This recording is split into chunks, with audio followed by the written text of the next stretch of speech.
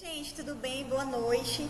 Meu nome é Tailândia, né? Professora Tailândia. Eu sou professora da disciplina de Técnicas de Produção Animal, tá bem? Essa aqui é a nossa apostila que nós estamos utilizando nessa disciplina.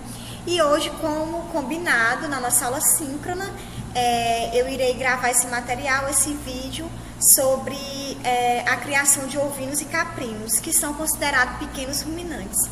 Então, eles são pequenos ruminantes devido à sua capacidade de aproveitar os alimentos fibrosos, né? As fibras, os capins, os ramos, as palhas, as pastagens de modo geral.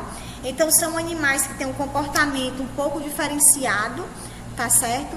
E nós iremos iniciar falando da ovinocultura, que nada mais é do que a arte, né, de criar, de produzir os ovinos, tá bem?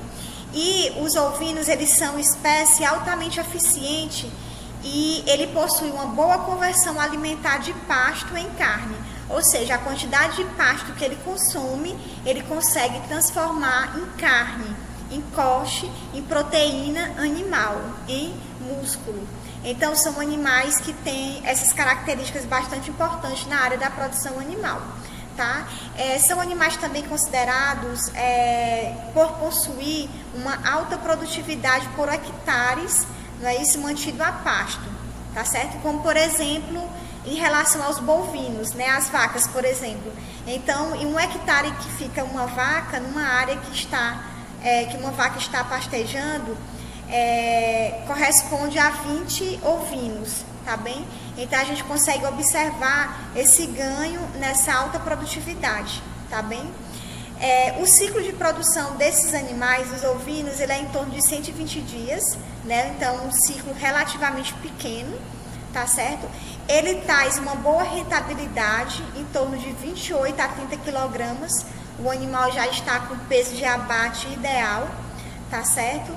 E a criação de ovinos, você consegue criar esses animais integrado com outras criações, tá? E culturas, como a bovinocultura de coxe e outras lavouras, tá bem?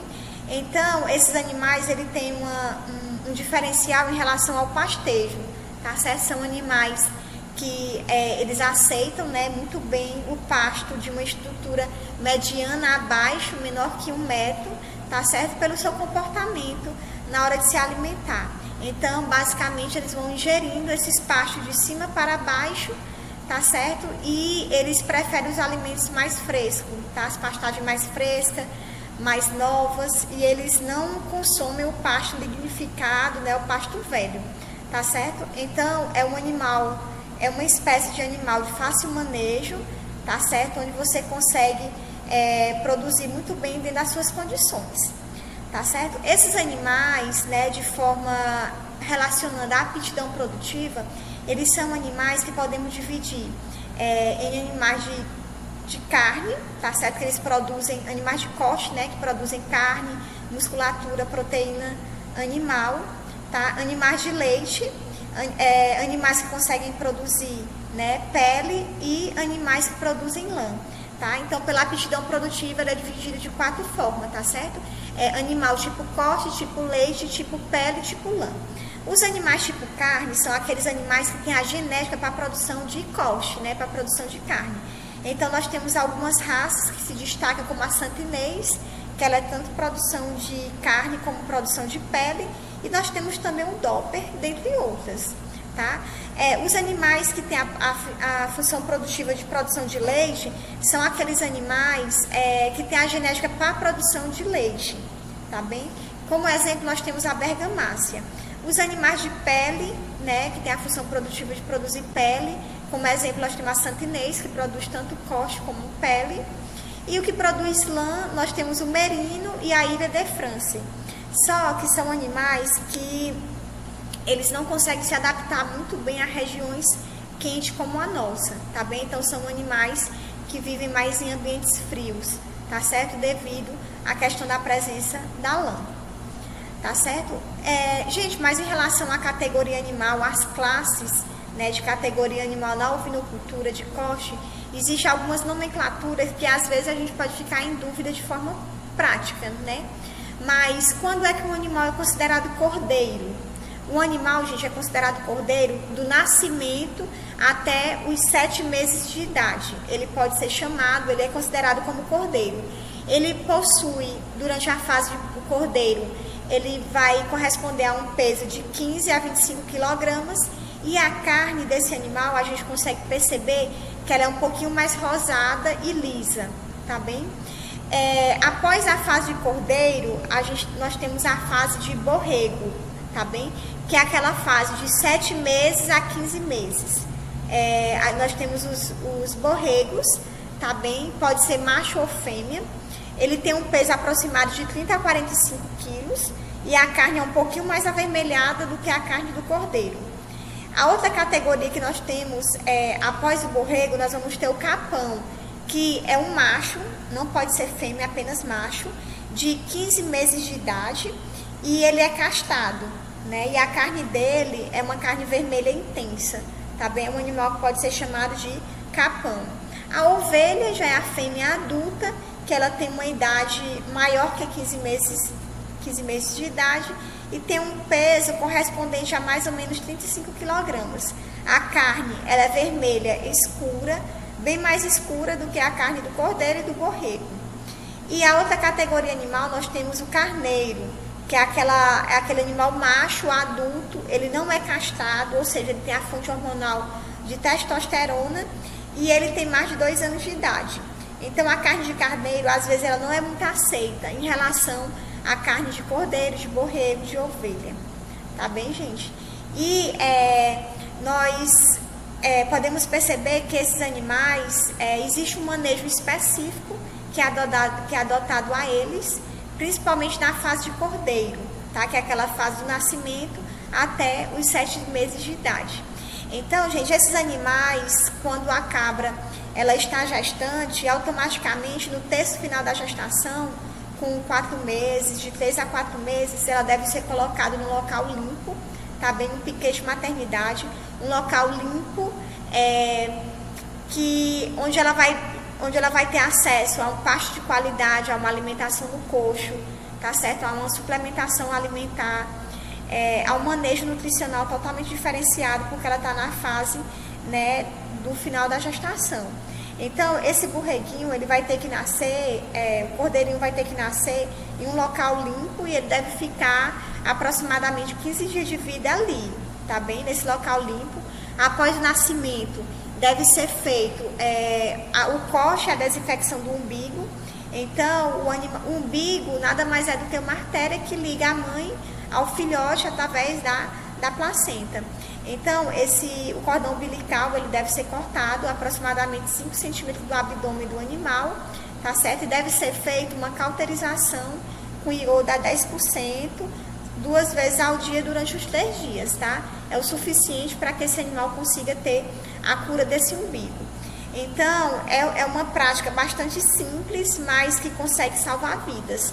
Porque muitas vezes, quando não é feito a desinfecção e a cura do umbigo, o animal pode desenvolver uma onfaloflebite, que é a inflamação do coto umbilical, e ele pode vir à morte há poucos dias, tá?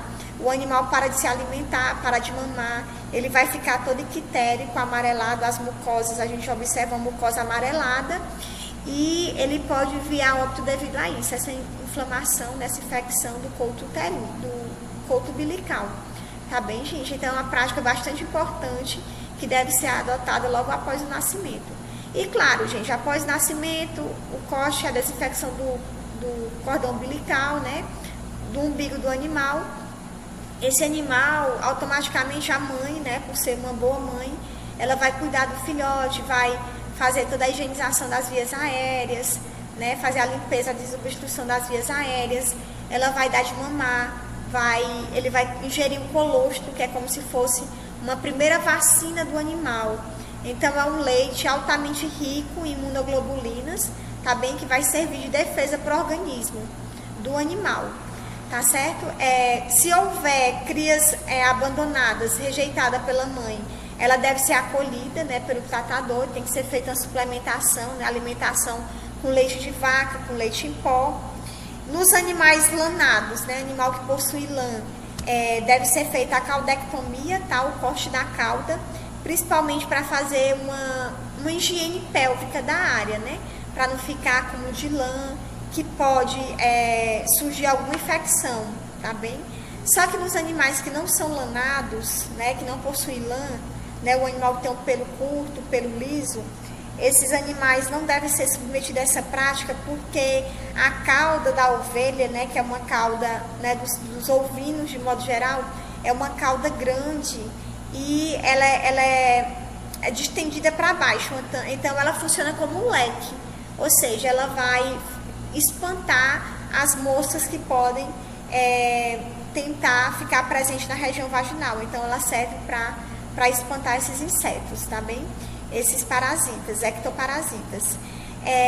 Sobre o manejo dos cordeiros, ainda falando, né? A castração dos animais que são destinados ao abate, usualmente ela é feita aos 6 meses de idade ou menos de 6 meses deve ser feita a castração. Essa castração nada mais é para remover a fonte hormonal do animal, né, que é a testosterona, e diminuir odores na carne do animal, melhorar o manejo. Enfim, gente, essa castração ela pode ser feita de alguns métodos. Tem um médico cirúrgico, que é feito pelo médico veterinário, e tem outros métodos utilizados, né, que é com elástico, com burdizo, que o produtor pode fazer. Então, é uma prática de manejo bastante comum para quem cria ovinos e caprinos. Também é indicado como prática de manejo fazer a marcação ou sinalização com brincos, tatuagem, chip, ou seja, quanto mais simples for o sistema de criação desses animais, mais simples também será a marcação. Mas em relação à marcação, o que vai interessar para a gente é a funcionalidade. Então, às vezes, um brinco não é tão funcional perante uma tatuagem, né? Porque o brinco às vezes pode cair, pode danificar, dar infecção na orelha, e a tatuagem não, né? A tatuagem fica ali sobre o animal. Na espécie ovina, o desmame, existe vários tipos de desmame, né? Nós temos o desmame precoce, né? Que é quando é feito muito cedo, ele corresponde a 35 a 45 dias de vida do animal. Nós temos o manejo, o desmame semi-precoce, que é de 45 a 70 dias. Temos o desmame normal, que é de 70 a 80 dias de vida do animal. E temos o desmame tardio, que corresponde a 80 dias, né, de nascimento. E geralmente ele é feito no sistema extensivo. Então, onde o animal é criado solto, sem acompanhamento. Então, o desmame tardio não é muito indicado porque o animal pode contrair alguma infecção, né? Ou alguma verminose, alguma parasitose decorrente da mãe, tá bem?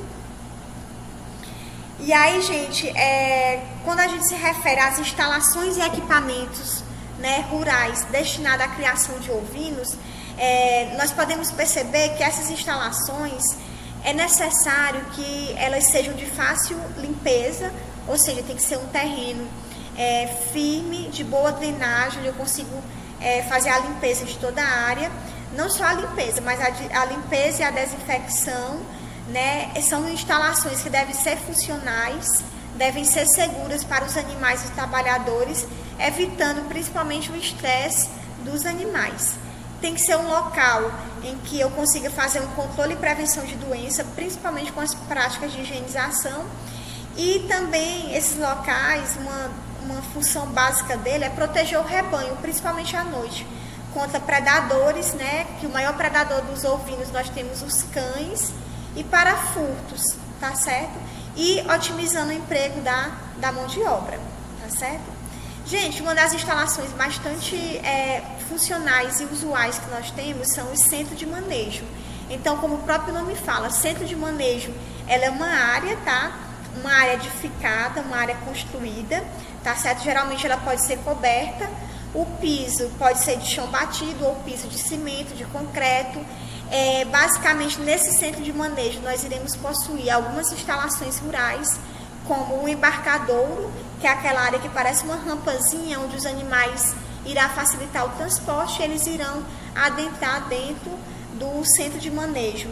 Nós temos os currais de manejo, que são locais onde a gente pode fazer práticas de manejo, como desvermifugar o animal, vacinar o animal, se for em pequenas quantidades, onde também eu posso colocar esse animal em observação para mim fazer um exame externo mais minucioso dos animais, tá? Nós temos as seringas, né, que é aquela parte afunilada, onde vai entrar um animal por vez, tá certo? No brete, que o brete são locais bem estreitos, digamos assim, áreas bastante estreitas, é um corredor, onde os animais irão adentrar e eu vou conseguir fazer vacinação, desvermifugação, vou conseguir colocar um brinco, vou conseguir essas práticas de manejo. Lembrando que os bretes de pequenos ruminantes, ovinos e caprinos, ele é da altura do animal, tá, gente? Ele corresponde ao animal. Também no centro de manejo nós vamos ter o pé dilúvio, que nada mais é do que uma instalação edificada no chão, como se fosse um quadradozinho, onde parece uma piscinazinha bem estreita e pouco profunda, tá? Onde o animal vai pisar. Nessa instalação, o pé dilúvio, eu vou colocar antisséptico, tá? Que pode ser vários, pode ser calvigem, pode ser formol, pode ser o benzocriol, enfim, tem uma série de antissépticos que eu posso colocar, diluir na água, onde o meu animal vai pisar, descontaminar os cascos.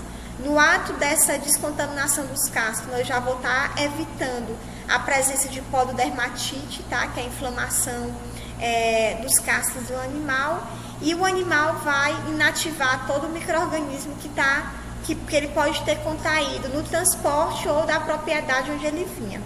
Então, depois do pé dilúvio, né, o animal geralmente tem uma balança, onde esse animal vai pisar e vai ter o peso, tá? O peso inicial que irá dentro da propriedade, tá? Então, geralmente o centro de manejo é dessa forma.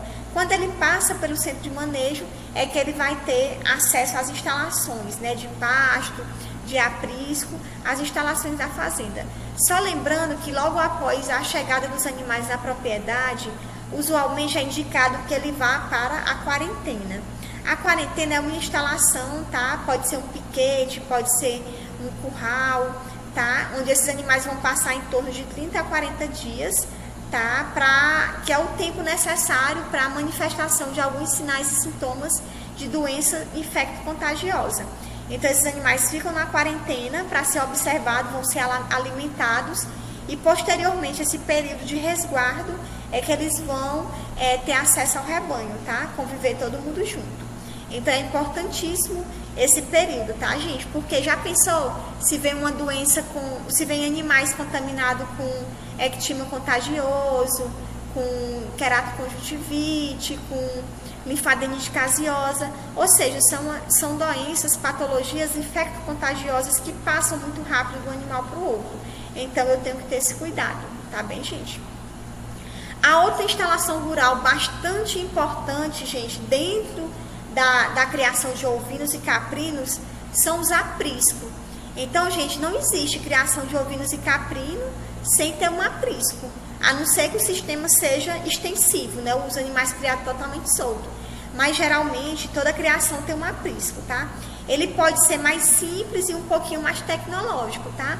Então, nós temos o aprisco de chão batido, que nada mais é do que um chiqueiro, né? Como a gente chama. É aquela casinha coberta de palha, coberta de telha, tá certo? Onde os animais se abrigam no local à noite para fazer todo o processo de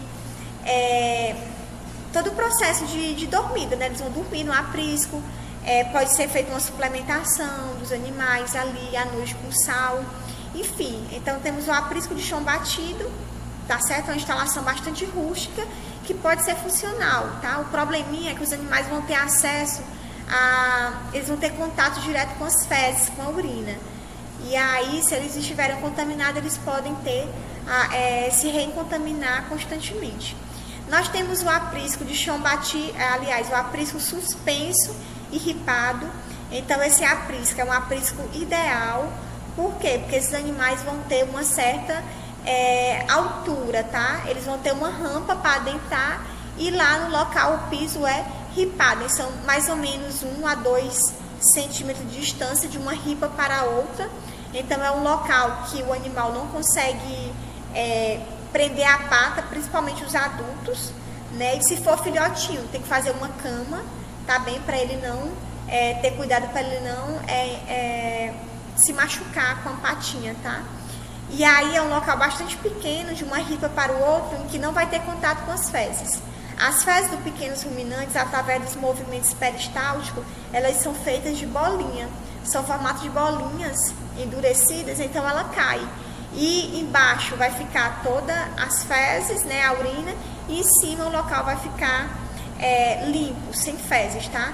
Então, é uma instalação bastante funcional, ela é maravilhosa, principalmente para o controle sanitário dos animais, tá? Porque os animais não vão ter contato com as fezes, com as fontes de contaminação, tá? E nós temos o aprisco de concreto, tá? Que ele é aquele aprisco que tem um piso.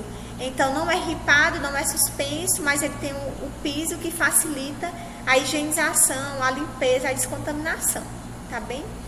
Gente, outra instalação que nós temos dentro da propriedade são os bebedouros e comedouros, que são utensílios utilizados para condicionar a água de bebida dos animais e a comida, tá? Os comedouros, eles podem ser de plástico, de pneu, de alvenaria, e os bebedouros também, tá certo? Só que os bebedouros de plástico, eles são os mais ideais, tá? Principalmente se ele for suspenso, porque pelo comportamento do animal, eles podem tomar água e defecar, se for no chão, tá? Defecar dentro e contaminar a água. Então, quando ele é suspenso da altura do animal, não consegue acontecer isso, tá? Então, o ideal é que seja de plástico, que facilite a limpeza, a higienização, tá? Semanalmente tem que fazer a limpeza deles, escovar, tá bem? Temos o saleiro. Então, o saleiro é uma instalação, aliás, é um utensílio que deve ser colocado na instalação, no aprisco, no curral, um local protegido contra chuva, tá? E tem que ser alto, tá bem? Ele não pode ficar muito embaixo, tem que ser suspenso justamente por conta da umidade do solo. Nós temos a esterqueira, que é uma instalação bastante importante, então tem que ficar muito distante, tá, do centro de manejo, devido à contaminação, tá? Então, todas as fezes dos animais produzidas na propriedade, elas devem ser colocadas na esterqueira, um local mais distante, para que haja o processo de curtição, né, para curtir aquele esterco e matar os ovos das larvas de verminose, tá? Então, é um local bastante importante da propriedade, que todo mundo deve ter uma área ou uma instalaçãozinha, tá? Pode ser feito cercado, tá bem, ou não, né? Pode ser feito a céu aberto também, mas de forma com que elas estejam protegidas ali do contato dos animais, tá?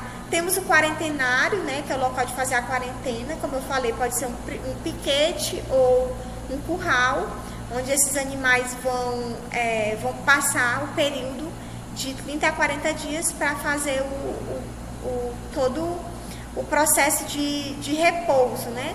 Eles vão estar lá se alimentando. Se tiver alguma doença infecto-contagiosa, vai ser controlado ali. Ele não teve contato ainda com o rebanho. Temos o isolamento. O que seria o isolamento? É uma baia, tá? É um local destinado para os animais doentes da propriedade. Então, o animal ficou doente, uma diarreia, não sei, qualquer tipo de doença que ele apresentou, um problema respiratório, separa ele do rebanho, coloca no isolamento para ele ser medicado, tá bem? Para ele ser avaliado, tá? Então, quando o animal apresenta algum sinal e sintoma de doença, automaticamente ele deve ser separado do rebanho. Ele não pode continuar, mesmo fazendo tratamento, ele não pode continuar junto do rebanho. Nós temos a farmácia, que é um local onde a gente destina todos os produtos medicamentosos e utensílios, geladeira para condicionar a vacina, tá? Na propriedade, fica na farmácia. É um local protegido, tá? Contra a luz solar, contra ventos. Tem que ser uma área telada para não ter acesso de inseto. E nós temos também um depósito de ração, que é uma instalação, né, rural, que ela deve acondicionar os insumos para a formulação da ração ou as rações já prontas, tá? Só lembrando a vocês que as rações devem ser acondicionadas em status, tá?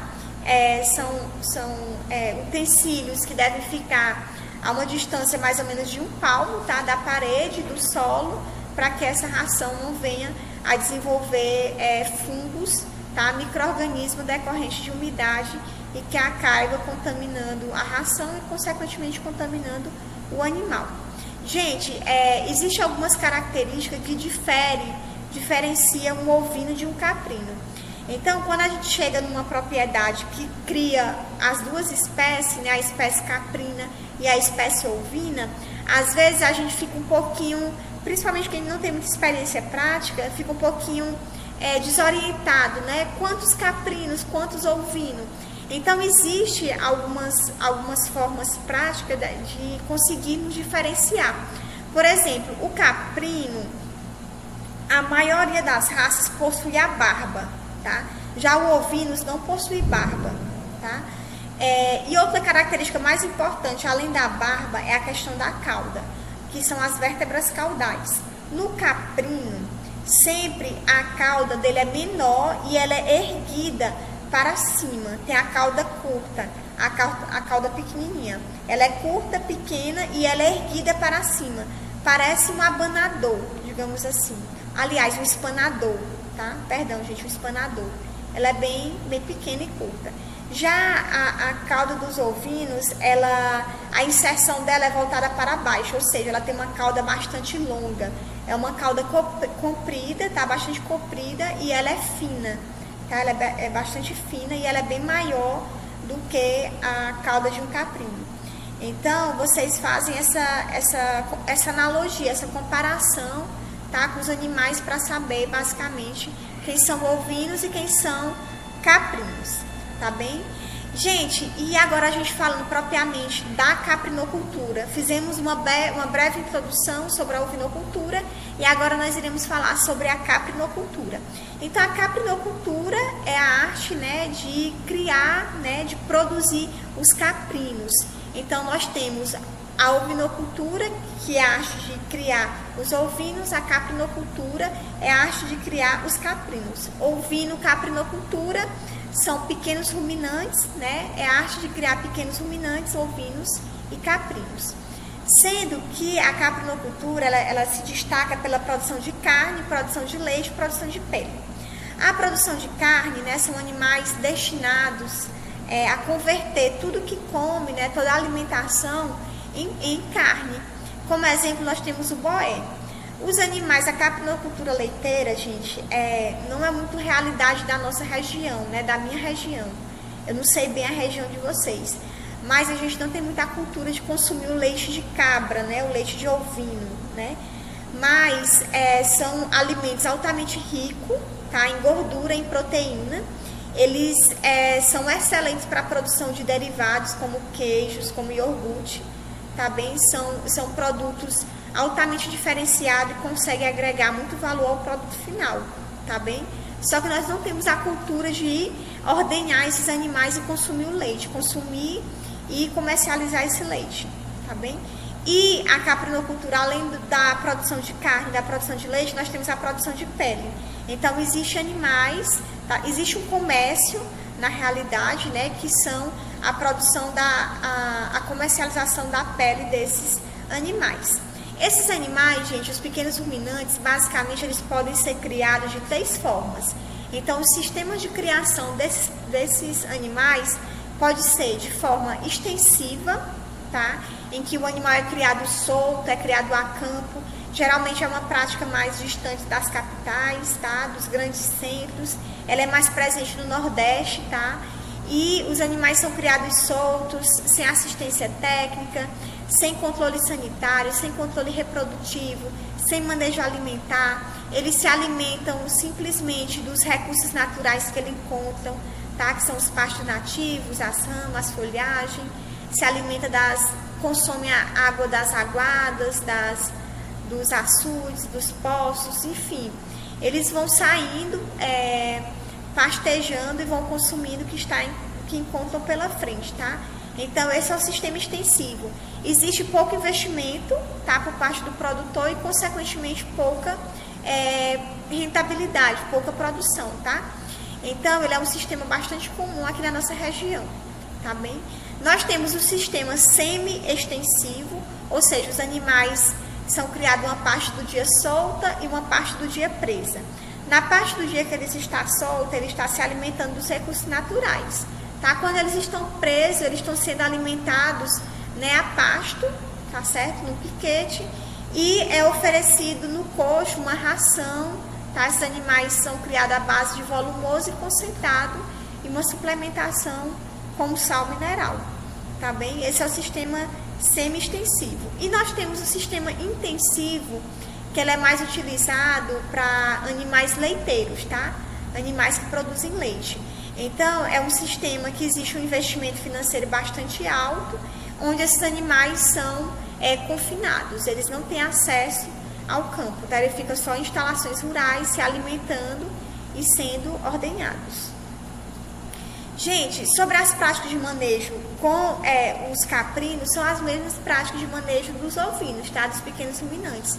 Então, esses animais, eles devem, né, ao nascimento, ser oferecido colostro, que é o primeiro leite desse animal, né, que ele consome. Ele deve ser submetido à prática de cura e desinfecção do umbigo, tá certo? Esses animais, eles devem ser submetidos a condições a ambiente limpo, tá? E ambiente protegido contra a ação de predadores, tá bem? Ação das chuvas, ação dos ventos, tá certo? De fonte de calor. Então, esses animais, uma das práticas que devem ser realizadas, tanto nos ovinos como no caprino, são as práticas de desvermifugação. É uma prática bastante importante, que é a administração de vermífugos, que são animais, aliás, que são medicamentos que têm um princípio ativo destinado a combater os parasitas internos e externos dos animais, os ectos e os endosparasitas, tá? Sendo que a contaminação dos animais, ela pode se ocorrer de várias formas, tá? Ela pode ocorrer através do colostro, ou seja, se a mãe, tá, a cabra, ela estiver contaminada, não foi feito um manejo sanitário daquela cabra quando está no terço final da gestação, com a aplicação de um vermífugo, e ela estiver contaminada, ela pode passar através do colostro os ovos de algumas verminoses para o cordeiro, tá? Esses ovos também, dessas parasitoses, podem passar através do leite materno, da placenta, ainda quando o animal está no útero da mãe, pode haver essa passagem, essa contaminação pela placenta, pelas fezes, tá, da mãe, pela água e alimentos contaminados. Todas essas fontes de contaminação podem existir no sistema de criação desses animais, tá bem? Gente, a desvermifugação, às vezes a gente fica um pouco com dúvida, né? Como é que a gente faz? Então, basicamente, os pequenos ruminantes, ele tem um calendário, tá? Ele tem um calendário de desvermifugação, onde ele é feito em 4 etapas, tá bem? Então, durante o ano, eu tenho que fazer 4 etapas de aplicação de vermífugo nesses animais. Então, nós temos 2 protocolos. O primeiro, a gente pode fazer pela época do ano, tá? Pelos meses. Então, a primeira desvermifugação eu faço no início do período seco, que basicamente na minha região é de junho e julho. Então, junho para julho eu faço a primeira dose. A segunda dose do vermífugo eu faço 60 dias, ou seja, 2 meses após a primeira desvermifugação, que corresponde a agosto, setembro. A terceira desvermifugação eu faço no penúltimo mês da época seca, que geralmente é novembro. E a quarta desvermifugação eu faço em meados da estação chuvosa, em março, tá bem? Então, essa é a primeira opção. Só lembrando a vocês, gente, que se vocês escolherem um vermífugo para fazer durante aquele ano, façam as 4 aplicações com aquele princípio ativo, para vocês não estarem criando uma certa resistência aos parasitas, tá? Então, digamos que esse ano, 2021, eu escolhi um vermífugo à base de ivermectina, por exemplo, tá? Então, as 4 aplicações eu faço à base de ivermectina. No próximo ano, digamos que eu vou procurar um outro princípio ativo para mim estar fazendo. Eu vou fazer a base de doramectina, por exemplo. Então, cada ano eu faço com um princípio ativo diferente. O segundo protocolo para o controle das verminoses, tá, do meu calendário de vacinação, eu posso fazer a primeira desvermifugação no início da chuva, a segunda desvermifugação em meados das chuvas, a terceira desvermifugação no final das chuvas e a quarta desvermifugação no início do verão. Então, é um calendário que pode ser utilizado na propriedade, tá? É bastante funcional. Só que, gente, quando a gente pensa em produção animal, a gente pensa em manejo profilático, ou seja, manejo preventivo com práticas de prevenção das principais doenças infecto-contagiosa que pode vir a surgir dentro do meu rebanho. Então, existem algumas medidas simples, práticas e que dá para fazer na propriedade diariamente. Então, a primeira delas é fazer a limpeza das instalações, tá? Onde eu vou recolher todo o esterco, vou colocar na esterqueira, eu posso fazer vassoura de fogo, que é aquele maçarico, né? Eu posso fazer em toda a instalação para matar ectoparasita, tá bem? Eu posso fazer uma limpeza com cal, tá? Fazer uma pintura nos mourões, tá? Com cal, que é um ótimo antisséptico, tá bem? Eu posso fazer toda a limpeza da área, tá? Eu tenho que manter os bebedouros e comedouros sempre limpos e, se possível, fora das vaias. Então, eu sempre limpo, escovado, higienizado, fornecer água e alimentos de qualidade para o meu animal, deixar os animais presos no chiqueiro, no aprisco, após a desvermifugação, pelo menos 12 horas. Ou seja, eu apliquei, o vermífugo ele deve ser aplicado nos horários mais frios do dia. Então, eu faço pela manhã cedinho, tá? Aplico o vermífugo, deixo ele passar o dia preso, né, se alimentando. No final da tarde eu posso soltar aqueles animais. Por quê, gente? Porque já deu tempo dele defecar e sair os ovos das larvas dos parasitas. Aí eu recolho esse esterco e levo para a minha esterqueira. Assim eles não vão contaminar as pastagens que ele irá pastejar. Tá? É indicado que a gente faça a desvermifugação dos cordeiros e cabritos a partir da terceira semana após o início do pastejo. Então, ele começou a pastejar na terceira semana, tá? Eu já posso estar fazendo o vermífugo, tá? No animal. Separar os animais jovens dos adultos, tanto nas baias como nos pastos, tá? Ter esse cuidado com a separação. Desvermifugar as fêmeas um mês antes do parto, tá certo? Desvermifugar todo o animal que eu adquiri via compra, antes de incorporar no meu rebanho. Então, na quarentena, eu faço um vermífugo em todos os animais, antes de misturar, né, antes de colocar ele junto com o meu rebanho.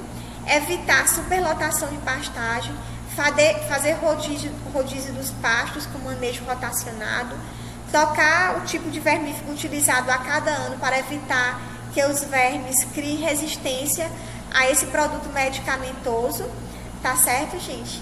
Essas são as práticas básicas e simples do dia a dia.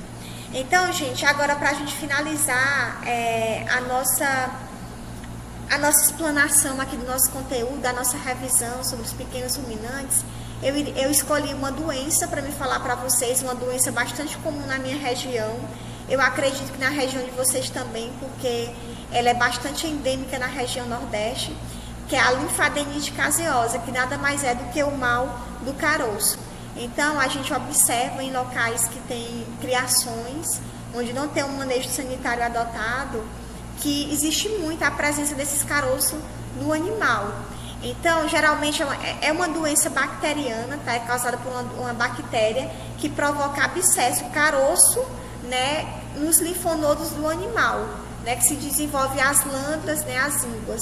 Então, todo local do corpo do animal que tiver um linfonodo pode desenvolver o mal do caroço, a linfadenite caseosa.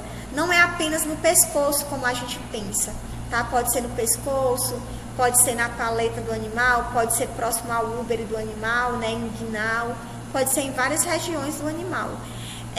Geralmente, são superficiais, tá? Pode ser superficial e quando está um pouquinho mais crônico pode ser interno, tá? Dentro da carcaça do animal. Pode se desenvolver nas vísceras como pulmão, fígado e baço e etc. Tá bem? É uma doença que tem um potencial zoonótico, ou seja, pode transmitir aos seres humanos, tá? Através do contato. E a transmissão de um animal para o outro, ela é bastante comum, tá? Então, esse animal, você percebeu que está desenvolvendo, tem um linfonodo aumentado, já separa para evitar contaminação. Pelo próprio contato físico do animal com o outro, eles podem estar sempre tendo contato com os morões, com as cercas, tá? E pode contaminar. Então, a transmissão se dá por feridas na pele, tá certo? Contato direto com o pus dos abscessos, a ingestão de água e alimento contaminado com o pus e também através dos fomites, né? Alguma ferramenta, algum utensílio, alguma corda que eu utilizei no animal contaminado e utilizei no outro, pode haver essa contaminação. Gente, o animal desenvolveu o mal do caroço, eu tenho que pegar esse animal, colocar no isolamento, porque ele está doente, e vou esperar o período de fazer o procedimento de retirada desse abscesso. É um procedimento que pode ser feito por qualquer profissional, não necessariamente pelo veterinário, desde que você saiba a técnica de higiene, porque é um procedimento que não é invasivo, né? Ele é apenas superficial aqui na pele. Então, qual é o momento certo de eu fazer a remoção desse abscesso? Quando ele está maduro, digamos assim. E quando é que ele está maduro? Quando o pelo do animal está caindo. Então, o pelo está caindo, tem aquela alopecia, a queda do pelo, eu já estou sabendo que o caroço está maduro. Então, eu vou ter que fazer o quê? Lavar minhas mãos, colocar uma luva, fazer a limpeza, a higienização da área, né, com iodo, posso lavar, posso aplicar o iodo, tá? E eu vou fazer um pequeno corte. Quando eu faço um pequeno corte na área, eu já tenho que estar com uma sacola, tá? Eu gosto muito de usar sacola, saco, e eu vou colocar a sacola sobre aquele abscesso e vou espremer, como se fosse uma espinha. Eu vou fazer uma pressão para sair todo o conteúdo de dentro, tá? Da parte interna do animal, tá? Para dentro daquele saco, para não ter contato com o solo, tá? Para não contaminar o solo. Posteriormente a isso, eu vou fazer uma limpeza do local com iodo a 10%. Eu posso pegar um chumaço de algodão ou gaze, molhar com iodo, colocar dentro do buraquinho, tá? Que eu fiz, dentro da incisão, e o organismo vai expulsar, tá? No outro dia já cai, e aí fez o quê? Uma cauterização interna, tá? Não é necessário anestesia, tá? Porque tá muito externo ali, é só na pele. Também não é necessário suturar. O organismo, com o passar dos dias, ele consegue cicatrizar. Claro, gente, esse animal tem que ser submetido a uma dose de anti-inflamatório e antibiótico, tá bem? E ele só pode ser colocado junto do rebanho quando ele tiver cicatrizado 100%, tá? Aquele material da minha sacola eu vou queimar ou vou enterrar, tirar as luvas, queimar e enterrar e descontaminar as minhas mãos, tá? Lavar as minhas mãos. Então, basicamente, gente, esse é o manejo adotado na hora do tratamento do mal do caroço. Tem que ser feita a remoção. Gente, por hoje foi isso, tá? Foi uma revisão bastante rápida, tá bem? E eu queria que vocês, se possível, vocês podem voltar à apostila, dar uma olhada, uma revisada para fazer nosso relatório, tá bem, gente? Forte abraço, fiquem todos com Deus e eu sigo à disposição de todos.